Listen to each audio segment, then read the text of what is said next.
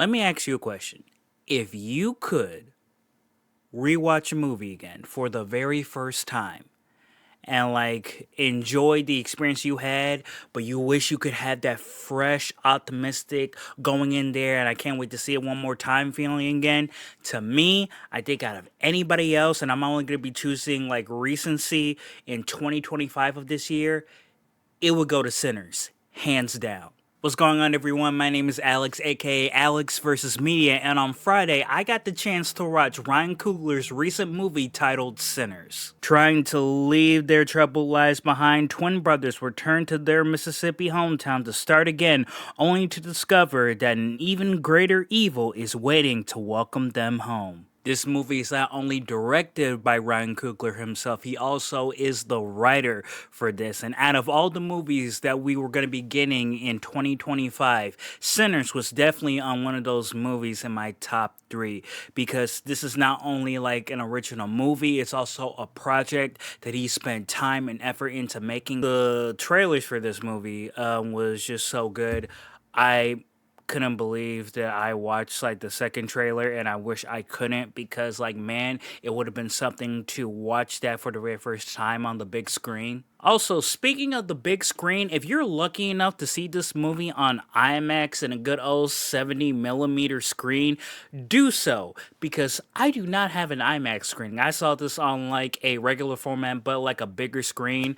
But man, I wish I had an IMAX theater so I can watch this in the giant form that it was made out of. They shot this all on IMAX cameras, and for me to not have an IMAX screening to watch a movie like this or other movies that's filmed on IMAX is a huge missed opportunity. So again, if you are near an IMAX screening and you can get some tickets, please go watch this movie. So let's start off with the good things that are in this movie. I think that this movie is incredible, not just because it's a great movie on its own, but it has a story that you can look at, dissect, learn from it, have conversations that you didn't even thought to yourself while watching the movie, and just really dive deep into what this movie is as a whole. I couldn't believe what I was watching, but as soon as I got done watching the movie, of course, I am on TikTok and I see other people's critiques and interpretations of what they feel and what they thought of while watching this movie, and it's truly amazing. I'm so glad that I get to go on to a site and just see everyone just piecing this movie together, giving it a internal breakdown, because you can learn a whole lot from this movie that you would never thought of even think about. This movie is in Mississippi, and it's in the 1930s, and it's surrounded by black people, and we all know about everything going on in the 1930s. And you take that with also little hints of vampirism in this movie, and it really just showcases all of what this movie is. One thing for me, what I took out most of the movie, and again, this is spoiler free. This is spoiler free. This movie to me is all about being free and just trying to feel acceptance in a place where there is sin, in a place where there can be redemption, and a place where everybody, no matter who you are, in a collected room, and something connects you in a way that is so spiritually connected. And what's without connection, without learning who these characters are? Starting off with Michael B. Jordan. He plays twins in here, and he really does an excellent job in this movie. And you get to learn about the twins' situation and how they ended up in the life that they are in right now, and how that affects the rest of the movie. I think it struck a chord to me. I don't have no siblings. I'm an only child, but I have friends. I have cousins that I think that are I feel like that we are connected like this in a way. So I definitely like see something in that when it comes to like the twins in here. Again, Michael B. Jordan does a fantastic job. I think that like what he manages to do here is really impressive to the way the story goes. You also have newcomers into this movie. Specifically, I believe his name is Miles Colton. This is his first ever acting role. Like Sinners is his first ever acting role, seriously. And what he manages to do here is so good. He is dealing with like a whole bunch of like familiar faces, and he manages to rise and really just shines in this movie. Delroy Lindo in this movie was like, incredible. I love that man so much, and I need him. I need him to be in that supporting category in the Oscars, cuz like he's not only funny, but like when it comes to a business getting like heated, like he is a supporter and he'll have you back no matter what. He was so good in this. Haley Steinfeld, when you see this movie, what she does, what she says, you're gonna be thinking to yourself like, damn, cause you would never think that Haley would do something like this, but she does. Wanmi Musaku is great. When her character Annie, and you get to know like her and Smokes' history, and like going into like on the movie like further, I like that strung on my heartstrings, because like, oh my goodness, I was really I felt for them. My friend said this, and I agree with him, that if this movie didn't have like no vampires in it, or like that aspect of it in the movie, and it was just about like those characters, you know, their history, when you first get introduced with them and you want to see how things are played out, I would be totally fine if like that happened, because like everybody from Michael B. Jordan to like everybody in the cast, it was so good. Like these characters, you dive right into them because like they are so engaging. You get to know everything about them, and you want to see how things are played out.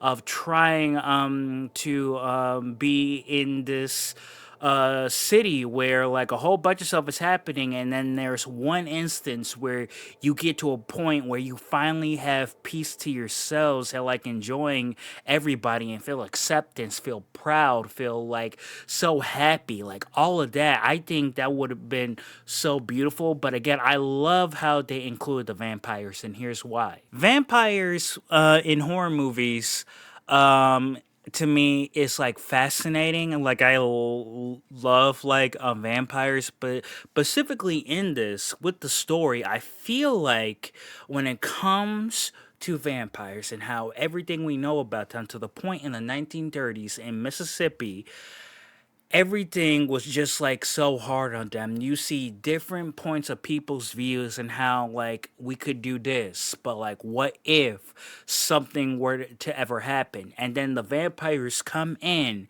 and like what Remick said in the trailer and now in this movie, when he says, "I am your way out," it means what you think it means. The vampires are a form of escapism.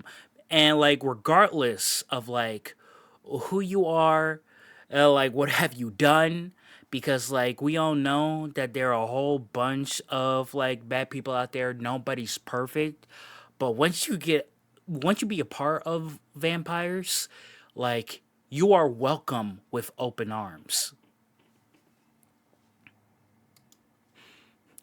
And that's what I like about Remick, the vampire played by Josh O'Connor, as this character, because like I'm guessing like he is like thousands of years old, so he understands, he like knows what it's like to be a part of like being in a world where you are judged by like who you are, because like he is an Irish vampire, and the history when it comes to Irish people and black people, he's using that experience to over them, to make them feel the connections while also offering an invitation to join the other side, because like you will be loved, you will be cherished, and like you won't have to be in shame, no worrying about like what's going to happen to you, like pretty much a carefree lifestyle, but you will also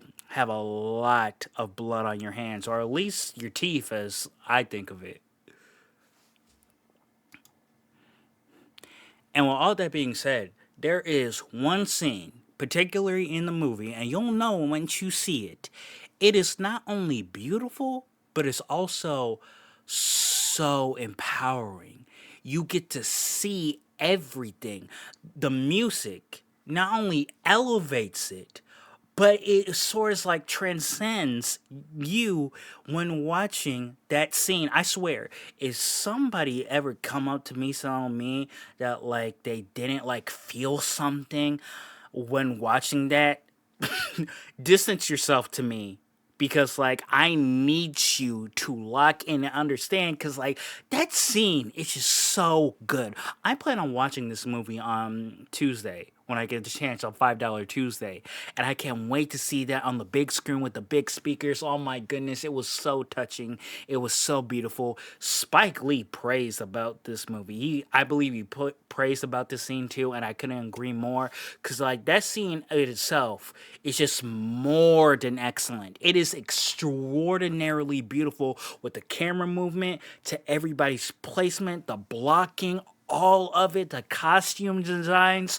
Something that this movie manages to do makes me happy when I left the theater. I never have felt this feeling in like a long time coming out of the theater. Like it made me feel great. Ryan said that it'll make you feel like you had a full meal, and I definitely have a full meal. And I want dessert. I want like a few extra side pieces, because like what this movie is just so good. Like I can't believe that when original movies like this happen, they have a voice, they let it shine, and like this is what I'm talking about. We get original movies every single year, and some original movies do not succeed. But when it comes to this movie, it exceeded expectations. Of, it was specifically in the black community and everyone else that could feel like a connection to it. And I just like am happy that's like it's doing like all these things. I'm just impressed of what I saw in that theater. Coming in, coming out, I had high expectations, and they were met, and they made me feel very happy. They even more happy that me being black as a whole is like I love black cinema. This is what I'm talking about. Like this movie was definitely for the people. So as you can pretty much tell, I do not have a single issue with this movie. To me, there are no bad things. Cause like this was directed and written by Ryan Coogler, who made this movie the way he wanted to, and I think he executed perfectly throughout all of the scenes, all the imagery. Like hands down, to me, this is his number one best movie that he's ever made for me. Yes, I do believe so. I am a big fan of the Black Panther movie and Wakanda Forever. Specifically, the first Black Panther will always be like my favorite. But I think that Sinners dethrone that movie. It's so good. Everything about this movie truly is impressive, that it requires a whole bunch of viewings at your theater, specifically in IMAX if you can, and you'll feel something. There's a post-credit scene in the movie where I think that it really justifies it more, and then, like that of it in itself is so great. So with that being said, I'm going to give Ryan Coogler's Sinners a 5 out of 5 stars. Like I said before, if you can see this movie, go see it, go support it, go see it with a whole bunch of friends. Take your mama, take your grandpa, take your aunt, uncle, take your cat. Will like just take somebody, because this movie is very good. I am so happy. I cannot wait to own this movie when it gets a a physical release. So yeah, let me know what you guys thought in the comment section down below. And if you enjoy my thoughts on the movie, make sure you guys subscribe with notifications turned on and like the video if you haven't already. I'll catch you guys later in the next video. My name is Alex. Peace out.